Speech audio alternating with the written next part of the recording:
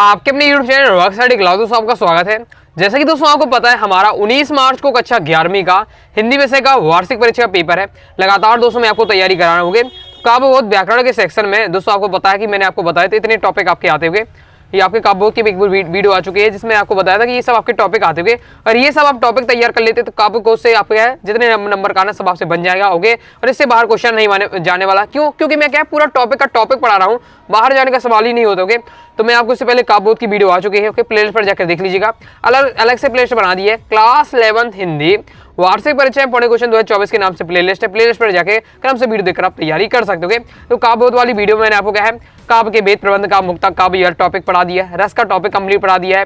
Okay, गजल पूरा पढ़ा दिया है, शब्द शक्ति, शब्द गुण और बिंब विधान, इन टॉपिक से आपको पूरा कंप्लीट बता दिया। उससे संबंधित जो भी क्वेश्चन बनते हैं वो भी मैंने आपको इस वीडियो में बता दी थी। केवल आपका अलंकार और छंद रह जाता है। इस दोस्तों अलंकार और छंद इस वीडियो में हम कवर करेंगे, सो वीडियो ध्यान से अंत तक देखिएगा। तो दोस्तों जैसा कि आपको पता है अलंकार तो बहुत सारे होते हैं, लेकिन हमारे पेपर में वार्षिक पेपर में केवल 3 अलंकार हमसे पूछे जाएंगे, वृक्कोक्ति, दृष्टांत और वृश्चिक। इन तीनों को तैयार कर लीजिएगा गारंटी के साथ। दोस्तों मैं आपको तीनों में से एक ना एक मिलेगा। ओके, नहीं आता तो मैं आपको इतना तक कह सकता हूँ कि चैनल को सब्सक्राइब कर दीजिए। इतना तक कह सकता हूँ कि अगर आप इन तीनों को जरूर याद कर लीजिए, क्योंकि दोस्तों इन तीनों में से एक ना एक जरूर आएगा। ओके, और छंद में आपको क्या है 2 छंद आपको तैयार करना है, रोला छंद और मुक्तक छंद। बाकी आपको और इसके अलावा ना कोई छंद पढ़ना है, ना इन तीनों के अलावा कोई अलंकार पढ़ना है। तो चूंकि चलिए मैं आपको तीनों को 3 जो आपके अलंकार इन्हें समझा देता हूँ और 2 आपकी जो छंद है इन्हें आपको समझा देता हूँ। तो सबसे पहले दोस्तों हमारा आता है अलंकार देख लेते हैं। तो सबसे पहले हमारा अलंकार है वक्रोक्तिक अलंकार। ओके, वीडियो को ध्यान से देखिएगा, समझिएगा। ओके, और देखते ही देखते याद करने का प्रयास करिएगा। तो वक्रोक्तिक अलंकार क्या होता है? ओके, जब सुनने वाला व्यक्ति यानी श्रोता कहने वाला व्यक्ति यानी वक्ता की बातें का गलत अर्थ निकाल लेता है तो वहां क्या है वक्रोक्तिक अलंकार होता है। मान लीजिए मैं आपको कुछ कह रहा हूं और आप अलग से कुछ समझ लेते हैं तो वहां आपका वक्रोक्तिक अलंकार हो जाता है। मतलब जो वक्ता ने कहा, ओके, जो वक्ता ने कहा उस जो उसका अर्थ है वो अर्थ ना निकाल के दूसरा आप अर्थ निकाल रहे हैं, ओके, उसकी बातों का, तो वो हो जाएगा आपको क्या है वक्रोक्तिक अलंकार। ओके, उदाहरण के लिए जैसे मैं आपको समझाऊं, को तुम हो इत आए कहाँ, घनश्याम हो तो कितहु बरसो। ओके, तो यहाँ अब मैं आपको बताऊं तो यहाँ जो क्या बात बताई जा रही है। ओके, तो दोस्तों यहाँ आपका घनश्याम है शब्द है, या इसके 2 मतलब है। एक तो भगवान श्री कृष्ण और घनश्याम बादल को भी कहा जाता है। तो ये 2 अर्थ है। तो वक्ता क्या कह रहा है, जो वक्ता यहाँ घनश्याम का मतलब कृष्ण जी से, लेकिन जो श्रोता सुन रहा है और उसका अर्थ क्या निकाला, बादल निकाल रहा है। बरसों शब्द आ रहा है तो उसे लगा कि बादलों की बात हो रही है। तो उसने क्या है जो श्रोता है वो तो कह रहा है, जिसने ये कहा है वो कह उसका मतलब क्या है, ये कृष्ण जी के बारे में कहा। घनश्याम शब्द किसके लिए किया है?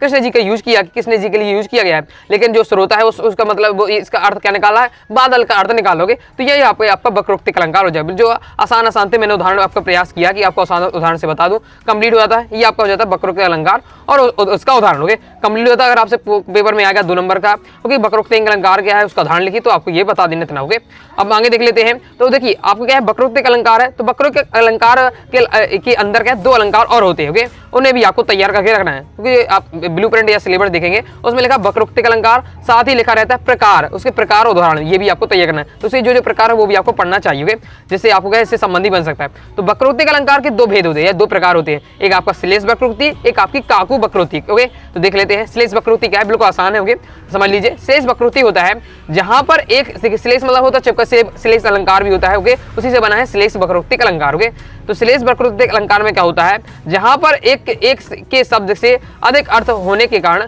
श्रोता वक्ता द्वारा कही गई बात का गलत अर्थ व अन्य अर्थ निकाल लेता है, वहां श्लेष वक्रोक्तिक अलंकार होता है। वही लगभग परिभाषा है। ओके, कि जहां क्या होता है कई ऐसे शब्द होते हैं, जो आपको पता है कई ऐसे शब्द होते हैं जिनका क्या 2 अर्थ निकलते हैं। ओके, 2 अर्थ निकलते हैं तो कहने वाला, मान लीजिए कहने वाला दूसरा अर्थ कह रहा है। ओके, और जो सुनने वाला है वो दूसरा अर्थ निकाल रहा है, वो आपका हो जाएगा श्लेष वक्रोक्ति। लगभग सही वही आपकी परिभाषा दी हुई है, बस थोड़ा आपको क्या परिभाषा घुमा दिया है कि जहाँ क्या एक ही शब्द के क्या अधिक से अर्थ होने के कारण जो श्रोता है वक्ता द्वारा कही गई बात हो गया गलत अर्थ निकाल लेता है या अन्य अर्थ निकाल लेता है, वहाँ श्लेष वक्रोक्तिक अलंकार होता है। जैसे ये जो आपको जो दिया हुआ है ये वाला उदाहरण, ये भी आप याद कर सकते हैं। ये आपका कौन सा है, श्लेष वक्रोक्तिक अलंकार, ये भी आप लिख सकते हैं। या फिर मैंने आपको यहाँ दूसरा भी आपको दिया हुआ है, कौन द्वार पर राधे में हरि, हरि का क्या क्या में, हाँ मतलब क्या है कृष्ण जी जाते हैं राधा जी घर, ओके। कौन द्वार पर, राधा जी पूछती है, ओके। तो कृष्ण जी कहते हैं राधे में हरि, मतलब मैं हरि हूँ, ओके, मतलब हरि कह रहे, ओके। हरि का क्या काम है यहाँ पर, तो यहाँ पर क्या है, कृष्ण जी कहते हैं कि मैं हरि हूँ, ओके। लेकिन राधा जी क्या समझती है, हरि के यहाँ दो अर्थ है, एक भगवान श्री कृष्ण हो जाते हैं और दूसरा हरि का मतलब है बंदर, ओके। तो कहते कौन द्वार पर, तो राधे में हरि, तो राधा क्या समझती हैं कि वो भगवान कृष्ण नहीं समझती, इसका अर्थ निकाल लेती हैं बंदर से, ओके। तो कहते अच्छा बंदर आया, तो बंदर का यहाँ काम, हरि का क्या काम, ओके, यहाँ वो अर्थ निकाल लेती। तो कृष्ण जी का अर्थ निकाल के यहाँ राधा जी किसका अर्थ निकाली, बंदर का अर्थ निकाल लेती है, तो इसलिए यहाँ आपको जो है श्लेष वक्रोक्ति हुए। आई होप आप समझ चुके, आगे देख लेते हैं। ओके, सेकंड दोस्तों हमारा आ जाता है काको वक्रोक्तिक अलंकार, ओके। ज्यादा इंपॉर्टेंट नहीं, मुझे पूरा विश्वास है कि हाई चांस है अगर वक्रोक्तिक अलंकार से क्वेश्चन पूछा जाता है, डायरेक्ट आपसे दोस्तों वक्रोक्तिक अलंकार पूछा जाएगा, उसकी परिभाषा पूछी जाएगी, लेकिन एक आपको क्या है तैयार करके रखना है, क्योंकि हमें क्या है 80 में 80 स्कोर करना है, तो एक भी क्वेश्चन आपको नहीं छोड़ना, ओके। तो काको वक्रोक्ति कला होता है, ओके, जहां पर उच्चारण के कारण श्रोता या वक्ता की बात का गलत अथवा दूसरा अर्थ निकाल लेता है, वहां वक्रोक्ति आपका क्या है, वहां आपका काको वक्रोक्ति हुई, आपको काकू लिख लीजिए, काको वक्रोक्तिक अलंकार होता है, ओके। मतलब उच्चारण के कारण, ओके, उच्चारण के कारण ओके गलत अर्थ निकाला या अन्य अर्थ निकाला तो आपका काकू वक्रोक्तिक हो जाता है, ओके। उदाहरण के लिए, उसने कहा जाओ मत बैठो यहाँ, मैंने सुना जाओ मत बैठो यहाँ, समझिए क्या है, उसने कहा जाओ मत, मतलब जाओ मत यहीं बैठो, जाओ मत यहीं बैठो, लेकिन मैंने क्या सुना, जाओ यहाँ मत बैठो, जाओ ये मत बैठो यहाँ, ओके। तो अर्थ अलग निकल रहा, ओके। उसने कहा यहीं रुक जाओ, अभी जाना नहीं है, लेकिन मैंने क्या सुना जाओ यहाँ बैठना बिल्कुल नहीं, ओके, इस प्रकार से। तो यहाँ आपने क्या जो उच्चारण के कारण क्या है अर्थ निकल रहा, ओके, इस प्रकार से। आगे देख लेते हैं। नेक्स्ट दोस्तों हम पढ़ेंगे दृष्टांत अलंकार, ओके। मैंने आपको बताया 3 अलंकार हम देखेंगे, ओके, जो हमारे सिलेबस में। पहला अलंकार अपना कंप्लीट हुआ, दूसरा अलंकार है दृष्टांत अलंकार, ओके। दृष्टांत अलंकार का अर्थ होता है उदाहरण, जब काव्य में किसी बात को उदाहरण देकर समझाया जाता है, बस, ओके, तो वहाँ आपका दृष्टांत अलंकार होता है। अब इतनी आपकी परिभाषा मैंने आपको पूरे समझाने के लिए दी है, लेकिन आपको केवल इतना ही लिख सकते हैं तो चल जाएगा काम, बाकी आप पूरा भी लिखेंगे तो और अच्छा रहेगा, लेकिन बाकी आप इतना भी लिख देंगे कि दृष्टांत का अर्थ होता है उदाहरण, जब काव्य में क्या किसी बात को उदाहरण देकर समझाया जाता है, वहाँ आपका दृष्टांत अलंकार होता है। इतना आप परिभाषा लिख देंगे, आपका नंबर मिल जाएगा, ओके। लेकिन आपको और अच्छे से लिखना है तो फिर आप पूरी बात समझा सकते हैं जिस प्रकार से मैंने लिखा है। अर्थात जब पहले एक बात कहकर फिर उससे मिलती जुलती दूसरी बात पहली बात के उदाहरण के रूप में कही जाए, तो इस प्रकार जब दो वाक्यों का बिंब प्रतिबिंब भाव हो, वहाँ दृष्टांत अलंकार होता है। मतलब पहली वाक्य तो कह दिया, पहली लाइन तो कह दी, जब जो दूसरी लाइन आएगी वो पहली बात को समझाने के लिए उदाहरण के रूप में समझाई जाएगी, वहाँ आपका दृष्टांत अलंकार होता है। सिंपल बात है कि कोई बात बता दी, फिर उसको क्या है एक लाइन और दी और उस लाइन में क्या है उदाहरण के देकर समझाया गया है, वहाँ आपका क्या है दृष्टांत अलंकार होता है। जैसे पंगी प्रेम नंद लाल के हमें न भावत जोग, मधुप राजपद पाई के भीख न मांगत लोग, ओके। इसमें क्या बताया जा रहा है, इसमें मैं आपको समझा देता हूँ कि क्या है, जो गोपियां हैं कृष्ण जी के प्रेम में है, ओके, तो प्रेम में है, तो उनसे कहा जाता है कि तुम अगर वियोग के प्रेम में होगे, उन्हें दुख दर्द है, कृष्ण जी उन्हें क्या है छोड़कर जब चले जाते होंगे, तो उन्हें कहा जाता है कि अगर दुख भुलाने के लिए क्या है साधु बन जाओ, या फिर क्या है भक्ति करो, या फिर क्या करो योग करो, ये सब काम करोगे। तो फिर क्या कहती हैं, यहाँ उदाहरण के माध्यम से समझाती हैं, गोपियाँ कहती हैं कि ये जब मुझे इतना बड़ा राजपद मिल गया है, मतलब राजा के पद मिल गया है, तो मैं भीख मांगने का काम क्यों करूँ, मतलब ये तो छोटे मोटे काम क्यों करूँ, योग जब मैं भगवान के प्रेम में हूँ तो मुझे छोटे मोटे काम क्यों करना, योग में जैसे काम क्यों करना, तो वही बताया जा रहा है। तो पहले को अपन को सिंपल लाइन बता दी, दूसरे में क्या हमें राजा के माध्यम से समझा गया कि जैसे राजा भीख मांग रहा है उसके समान है योग करना हमारे लिए, योग क्या कहते थे, तो ये हमें क्या है दूसरे लाइन उदाहरण के साथ समझाएगा, ओके। तो ये आसान है, याद कर सकते हैं, या फिर आप क्या अपने से भी याद कर सकते हैं अगर आपको आसान मिल जाता है। आगे देख लेते हैं। आगे दोस्तों हमारा तीसरा अलंकार है विशेष सूक्ति अलंकार, देख लेते हैं। संपूर्ण कारणों के होने पर भी फल का ना कहना विशेष सूक्ति है, क्योंकि इसमें आपको समझ में ना आया होगा, आगे समझ लेते हैं। काव्य में जहाँ कार्य सिद्धि के समस्त कारणों के विद्यमान रहने हुए भी कार्य ना हो, वहाँ विशेष सूक्ति होता है, अलंकार होता है। थोड़ा परिभाषा थोड़ी जटिल आपको लगती होगी, समझने का प्रयास करिए, ओके। मतलब क्या सब साधन है, ओके। काव्य में जहाँ कार्य सिद्धि के लिए, मतलब कोई भी कार्य करना है, हमारे पास सब कुछ कारण है, विद्यमान है, ओके, फिर भी हम क्या है उस कार्य को ना कर सके, विशेष सूक्ति का अलंकार। जैसे मैं आपको उदाहरण के साथ समझाता हूँ। दो मेघ बरसते मैं प्यासी की प्यासी, क्या है दो मेघ बरसते मैं प्यासी की प्यासी, मतलब क्या है कि दो बादल बरस रहे, दो बादलों से पानी बरस रहा है, पानी इतना ज्यादा बरस रहा है, दो बादलों से पानी बरस रहा है, फिर भी मैं क्या है नायिका कहती है मैं प्यासी की प्यासी हूँ, पानी इतना सारा बरस रहा है फिर भी मैं प्यासी हूँ।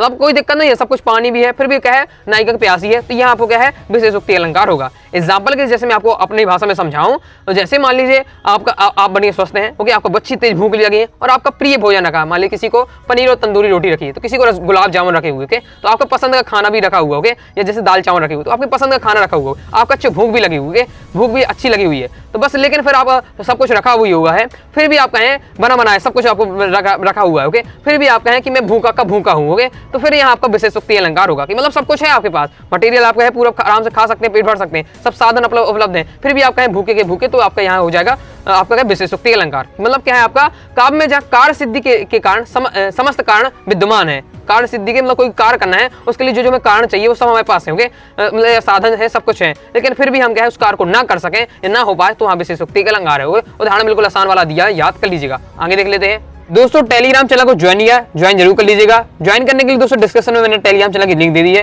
क्लिक करके आप ज्वाइन हो जाइएगा, या फिर दोस्तों आप क्या है टेलीग्राम ऐप पर जाइएगा और सर्च करिएगा अनुराग स्टडी क्लासेस, सबसे पहले आपको अपना चैनल मिल जाएगा। 90,000 से ज्यादा स्टूडेंट जुड़े हुए हैं, यहाँ जरूर ज्वाइन हो जाएगा। फायदा ये रहेगा कि आपको वीडियो नोटिफिकेशन तुरंत ही मिल जाएगी। इंपॉर्टेंट दोस्तों आपको क्या है PDF वगैरह आपको तुरंत ही यहाँ मिल जाती है, साथ ही इंपॉर्टेंट इन्फॉर्मेशन, ओके, तो ज्वाइन करके जरूर कीजिएगा। अब दोस्तों हम समझेंगे छंद, ओके, अलंकार वाला 3 टॉपिक थे, 3 अलंकार थे, तीनों मैंने आपको बता दी, तीनों को तैयार कर ली गारंटी के साथ, उनमें से एक जरूर आएगा। छंद वाला टॉपिक में आपके 2 छंद है, तो उनमें से आप कर सकता है एक रोला छंद, एक मुक्तक छंद, ओके। रोला छंद समझ लेते हैं, यह एक क्या है सम्मात्रिक छंद है, इसमें 4 चरण होते हैं, प्रत्येक चरण में 24 मात्राएं होती हैं तथा 11-13 की मात्राओं से यति होती है, ओके, तो रटना ही पड़ेगा, याद रखिएगा। 4 चरण होते हैं, 4 चरण में से प्रत्येक चरण में 24 मात्राएं होती हैं, 11-13 की मात्राओं से यति होती है। इसके अंत में क्या है प्रायः 2 लघु 2 गुरु वर्ण होते हैं, ओके, 2 चरणों में क्या है तुक होना आवश्यक है। ये होता है आपका रोला छंद, एक अभ्यास से याद कर लीजिएगा, ओके। उदाहरण ये आपका दिया हुआ है, जाति जाति हुई जिन्होंने भारत बाजी, निज बल से पल मेट विधर्मी मुगल कुरारी, जिनके आगे ठहर सके जंगी ना जहाजी, है ये वही प्रसिद्ध छत्रपति भूप शिवाजी के। शिवाजी की यहाँ प्रशंसा के लिए 4 लाइनें दी हुई है, जिसमें क्या है आपका रोला छंद, हो गए, तो अच्छे से तैयार कर लीजिएगा। जिन्होंने क्या है विधर्मी जो अधर्मी जो मुगल शासक थे उनको भी क्या है परास्त किया, ओके, तो शिवाजी की बात की जा रही है, तो ये आप याद कर सकते हैं। या फिर अगर ये आसान है, मुझे तो याद है, लेकिन अगर आपको दूसरा भी याद करना है तो आप दूसरा भी तैयार कर सकते हो। परिभाषा तो दोस्तों आपकी यही रहने वाली है, जरूर नहीं है यही उदाहरण करें, आपको आसान कोई उदाहरण मिल जाता है उसे आप तैयार कर सकते हैं। मुक्तक छंद देख लेते हैं। मुक्तक छंद में आपको क्या है, मुक्तक छंद का नाम ही मुक्त है भैया, जो मुक्त है मतलब इसमें कोई छंद ही नहीं लगना है, मुक्तक छंद नाम ही है, ओके, मतलब कोई भी 4 छंद लगा दो जिसमें, ओके, तो वो आपको मुक्तक छंद कहलाता है, ओके, जिसमें ना ही तुक होती है आपकी जरूरी है, ना ही आपके इसमें क्या होती है गति होती है, आवश्यक है, ओके। तो मुक्तक छंद को आधुनिक युग की देन माना जाता है, मतलब आधुनिक रूप से, ओके, पहले समय ज्यादा नहीं था, ये अभी प्रचलित हुआ है मुक्तक छंद, ओके। जिस छंद में वर्णों और मात्राओं का बंधन नहीं होता है उसे मुक्त छंद कहते हैं, मतलब ये स्वतंत्र है, मुक्त है, ओके। किसी छंदों के में वर्णों और मात्राओं से, छंद के क्या होते हैं, एक तो वर्णित होते हैं, एक आपके मात्रिक छंद होते हैं। जिसमें मात्राओं की गणना की जाती है वो मात्रिक छंद, जिसमें वर्णों की गणना की जाती है वो आपका वर्णित छंद कहलाता है। लेकिन जो मुक्तक छंद होते हैं इसमें ना ही वर्णों का बंधन है, ना ही इसमें मात्राओं का बंधन है, इसलिए इसका नाम है मुक्तक छंद, ओके। आइए आप याद हो गया होगा।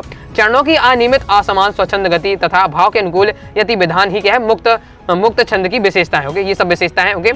इसे रबर या केंचुआ छंद भी कहते हैं, इसे याद रखिएगा। ये आपसे क्या है वस्तु ने पूछी जा सका है, केंचुआ छंद कैसे कहते हैं, मुक्तक छंद को केंचुआ छंद भी कहते हैं, रबर छंद भी कहते हैं, ओके, याद रखिएगा। मैंने आपको ऑब्जेक्ट के लिए बता दिया, बाकी मेन परिभाषा आपकी 3 लाइन की, तो इसे आप तैयार रख लीजिए, ओके। उदाहरण देख लेते हैं, तो ये आपका उदाहरण दिया हुआ है, ओके, तो आप ये उदाहरण तैयार करना चाहे तो ये तैयार कर सकते हैं, बाकी अलग से भी आप याद कर सकते हैं। जैसे ये मैंने दिया हुआ, वह आता है 2 टूक कलेजे को करता है पछताता, पथ पर आता पेट पठी दोनों मिलकर है एक, चल रहा लटुकड़िया टेक, मुट्ठी भर दाने के भूख मिटाने को, मुंह फटी पुरानी झोली को फैलाने को, 2 टूक कलेजे की करता पछताता फट पर आता, होगे। तो ज्यादा आपने देखी इसमें ज्यादा लाइन नहीं होगी, जिसमें लाइन ना हो समझिए मुक्तक छंद इसमें अधिकतम होता है, तो ये याद कर लीजिए, आप अन्य से याद कर सकते हैं। जैसे मैं आपको बताऊं मुक्तक छंद का एक उदाहरण, ओके, ये आपको उदाहरण नहीं है लेकिन मैंने ऐसे ही मैं आपको बता रहा हूँ कि मैं तुम्हारी नीली जैसी आंखों में डूबना चाहता हूँ, डूबा तो छपाक छपाक छपाक, ओके। तो इसमें कुछ आपको देखिए लय नहीं है, ओके, इस प्रकार की सारी टाइप की, ओके। तो इस प्रकार से होता है कि जिसमें क्या है ज्यादा लय नहीं होती, तो आप कोई भी अपने हिसाब से उदाहरण तैयार कर लीजिए, इसे भी आप तैयार कर सकते हो, इंपॉर्टेंट है।